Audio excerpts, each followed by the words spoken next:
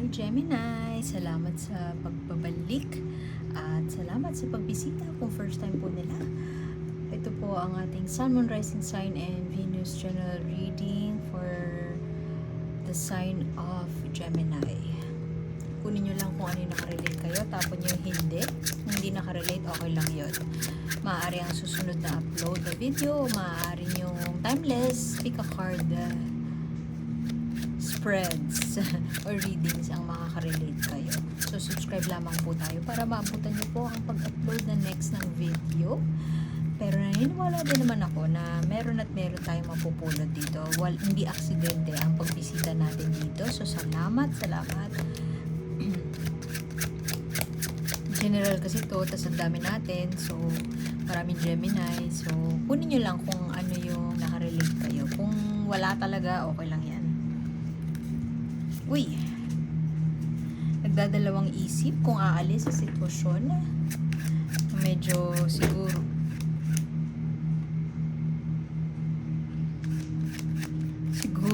sorry sa ingay. Siguro meron kayong two good choices na pinagpipilian sa buhay nyo ngayon. At pinag-iisipan nyo, alis na ba ako? Tutuloy ko ba ito? Pupunta pa ako sa direction na yun? Pupunta ba ako doon? Parehas na maganda. Hindi ko alam kung anong gagawin ko. Hindi ko alam kung saan ako pupunta. Pero definitely, meron pag-alis. Maaaring travel ito. Maaaring pagtrabaho overseas. Pero pwede din tong sa relasyon. At leaning towards ka na ayusin siya o magstay na lang dun sa relasyon na yan. Ayusin natin yung ilaw natin ng konti. At parehas may magandang options at medyo may takot, may pangamba, pagdududa, self-doubt, hindi sigurado kung ano man ang lugar o path na tatahakin kasi both good options at hindi ka parehas din namang may uncertainty. Uy, bakit ang daming may pag-alis ngayon na enerhiya sa collective this month? At yung mga sinabi ko nga sa mga previous readings, wake me up when September ends. Walking away, parang Libra, parehas kayo ng Libra. Baka may Libra ka sa chart, since parehas kayong air sign din. At maaari din na you're dealing with a Libra. Si Moses, di ba alam niya kung kailan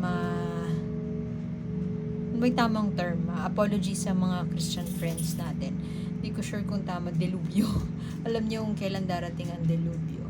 So, nando ka sa point ng life mo na nire-reassess mo siguro kung saan ka tutungo or maaaring hindi reassessment ka, maaaring papunta sa bagong path at nire-reassess mo kung ano, i-all in ko na ba, kumbaga itotodo ko na ba ang taya sa direksyon na nais kong tahakin. Maaaring yung direksyon na tinitingnan mo, hindi ka sure kung 100% na ibalik sa'yo. At yung kabilang direksyon naman, iniisip mo, kapag dito lang ako, parang ano lang yan parang yung options between two jobs, job offers. Teka, pause ko muna, medyo maingay yung... So, how does that look like yung two job offers? Halimbawa, yung isa, may office, halimbawa 6-digit salary. Pero may office work. Yung isa naman, mas mababa yung sahod, pero work from home ka. And ikaw yung tipo na gusto ang work from home kasi nahirapan ka mag-commute. So, two good options ang pinipresenta sa'yo. Parehas na may kabang, parehas na hindi ka sure, parehas na maganda kung tutuusin yung offer. Pero kung nasaan ka man, regardless of that, hindi mo alam kung saan ka pupunta. Pero mukhang kung nasaan ka man ngayon ay nararamdaman mo na kailangan mo nang umalis at kailangan mo nang say yes sa sarili mo. Maaaring nabu-burnout na tayo, maaaring napapagod na tayo sa sitwasyon at namumuo lang ang sama ng loob at ayaw mo mangyari yun. So, pinag-iisipan mo na kung aalis ka na ngayon. So, pwede din na merong tao na ang kwento kasi nito si Danae tsaka sorry, nakalimutan ko yung pangalan kasi may prophecy. Sabi ng oracle, itong batang to, siya ang papatay doon sa hari, which is yung asawa niya. So, minabuti niya na umalis na lang sila para ilayo yung anak niya dun sa hindi mangyari yung prophecy or parang ilayo yung anak niya sa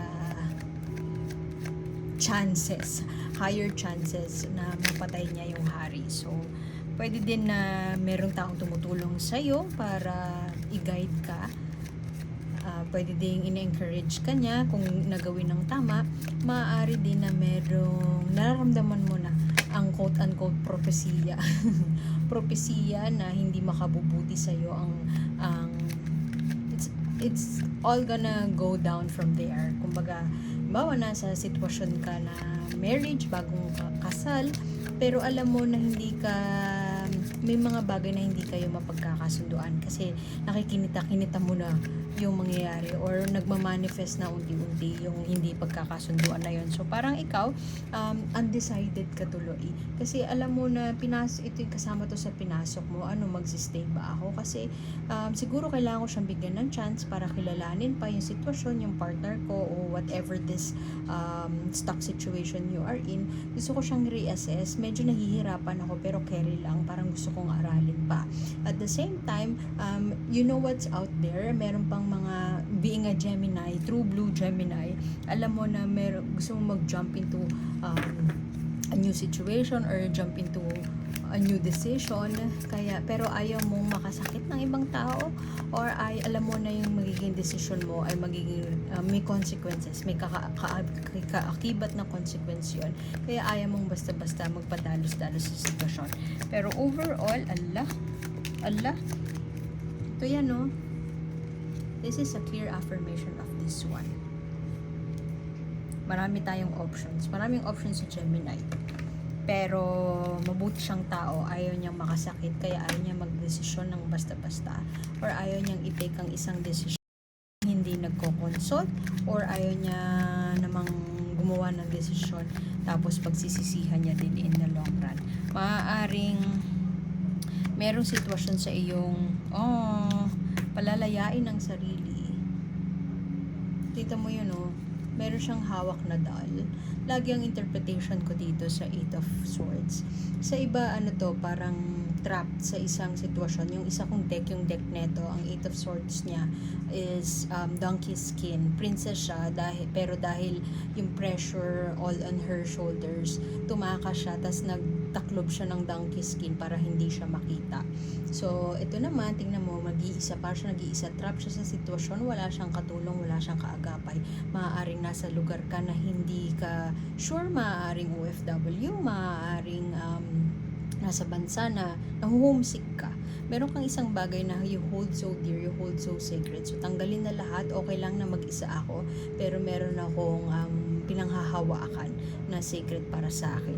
Ano yung pinanghahawakan na yun? Pwedeng alaala ng mga pamilya, pwede ding faith, pwedeng pananampalataya. So, maaaring madilim ang paligid ni Gemini ngayon, maraming pinagdadaanan, mabigat ng pinagdadaanan, pero naniniwala siya na merong nag-iisip na siya kung aalis siya. Merong out there, hindi nawawalan ng pag-asa si Gemini kasi very positive thinker siya. Mukhang palalayain mo na yung sarili mo sa sitwasyon na to. 8. Maganda ang numero na 8 dahil meron ng action, may pagbabago. 8 yan parehas. Pagbabago, action, o pwedeng magre-regenerate, magre-recharge. Isa-summon mo na yung powers mo para piliin kung ano man yung path na tingin mo o piliin kung ano man yung options. Maraming options na ipipresenta sa'yo at ayaw mo magpadalos-dalos. Very smart si Gemini. Ayaw magpadalos-dalos na gumawa ng desisyon na mamili na lang basta. Gusto mong pag-isipan ng mabuti at gusto mong piliin ng tama. Sa deck nito, ang card na ganito is si Aladdin, Aladdin, yung may magic lamp. Maraming kang options, diba? May 3 wish ka kay Genie. Pero yung wish niya na huli is palayain na si Genie. So, hindi na siya mag-aasam ng something big, na something ambitious. Ang iaasam niya lang ay maisarado na ang chapter na matagal na nagpapahirap sa kanya. Merong parte ng buhay mo na parang, kanina diba sabi ko hindi evaluative, pero ngayon lumabas na yung card nito, mukhang ini-evaluate mo na yung options mo, at mukhang parang feeling mo mapuput to waste lahat ng in-effort mo. kasi pinaghirapan mo kung nasaan ka mga yan, pinaghirapan mo para mapunta ka dyan, pero medyo hindi na siya satisfactory, hindi ka na masaya, or merong mga bagay na bumabagabag sa'yo habang habang nilalakbay mo yung path kung nasaan ka ngayon, while alam mo na mahaba ang proseso para makarating ka kung nasaan ngayon. Alam mo na may mga bagay na hindi na siya aligned, hindi na siya hindi na siya nag-fit doon sa vision mo of how your life should be. Mama, last year or 6 months ago gusto mong mag-abroad, tapos bigla ngayon na nandun ka na, naabot mo na siya, parang nag-iba na, na-outgrow mo na yung sitwasyon, nag-iba ka na ng priorities, nag-iba na tapos nag-iba ka na ng gusto mangyari. At siguro part of you, iniisip mo na parang ginusto ko to, bakit parang ngayon ayaw ko na. Hindi masama yun, okay lang yun na magbago. Maganda nga na agad-agad ma-realize mo kung may bagay na hindi na bagay sa'yo, hindi na nararapat sa'yo, para ma-actionan na siya agad-agad. Maganda na may mga aids ka dito, kasi kung trap ito, aalis ka na kung saan yung bagay yung magiging trap sa'yo.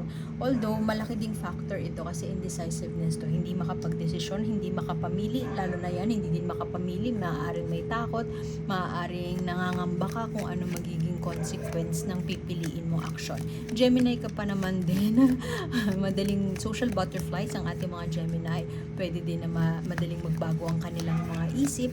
Pero ito, it just hits so hard itong sitwasyon na nito ngayon, kasi maaaring ang sitwasyon na ito ngayon ay alam mo sa sarili mo, sa loob-loob mo talaga sure ka na hindi ka na dapat magpatumpik-tumpik pa, at kailangan mo nang mag-come up ng plano na towards your graceful exit.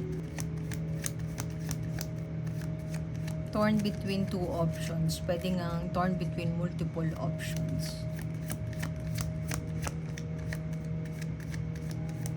Pinag-iisipan mo rin siguro na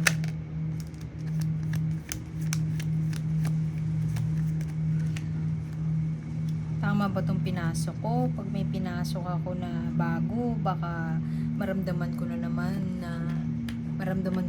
to, ang gulo-gulo ng isip ko. Alam mo yun, parang biniblame mo na yung sarili mo sa pagdedesisyon, or kino-question mo na yung decision making skills mo. Kasi nga, pag nakarating ka doon sa sitwasyon na gusto mong itry dati, doon sa vision mo, narating mo siya, no? So, parang parang biglang ayaw mo na. Maaari din na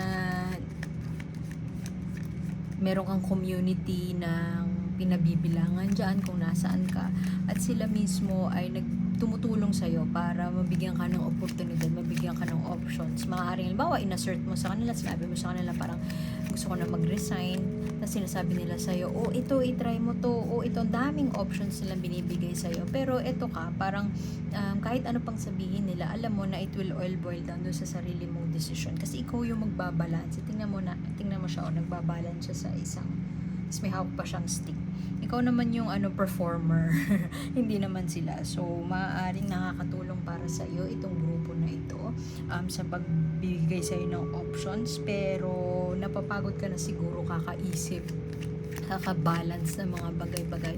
So, kailangan mo nang magdesisyon. Siguro kasi iniisip mo din kung magsisimula ka ng panibagong proving na naman yun. Puprove mo yung sarili mo.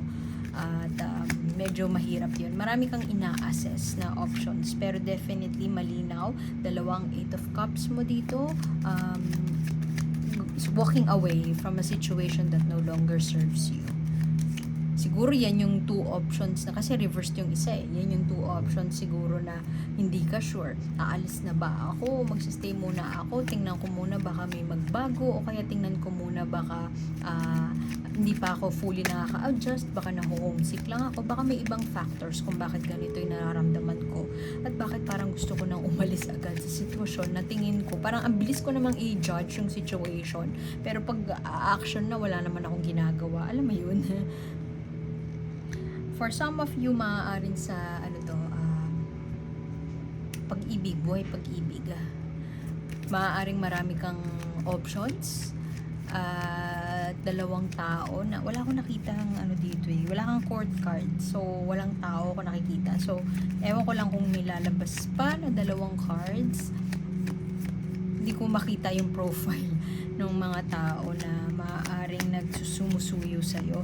Pero definitely, maaaring itong, di ba, torn ka, kung aalis ka, isang factor doon is nawawalan ka na ng time sa sarili. Nawawalan ka na ng time na mag-engage sa mga mahal mo sa buhay. Siguro dahil masyadong maraming ginagawa din sa work, o tingnan mo magkasunod pa 8 of swords tas 9 of clarified by 9 of swords. Aalis ka na dun sa overthinking, analysis paralysis phase. Masyado nang hindi na ka makatulog sa kakaisip, kailan ba matatapos to, kailan ako makakalaya dito. Gusto mo na o palalayain mo na, gagawa ka na ng action. 8 is action. Gagawa ka na ng action para palayain ang sarili mo. Pwede din na last ng August yan, kasi 8, pwedeng ganon. O so sa September siguro mabubuo na yung plano mo kung aalis ka ba talaga o hindi, at mamimili ka na dun sa path, aalis ka na talaga. Pero mukhang karamihan ng cards mo leaning towards sa magsistay. Bibigyan mo ng chance. Siguro magbabawas ka lang ng tasks mo. Ayan o, lack of emotional fulfillment. Hindi ka na masaya. Sa assessment mo sa nangyayari sa'yo ngayon, hindi na siya nagbibigay sa'yo ng fulfillment. Hindi na nakakatuwa ang mga ganap ngayon sa kung ano man yung pinagdadaanan mo ngayon, sa partnerships man yan.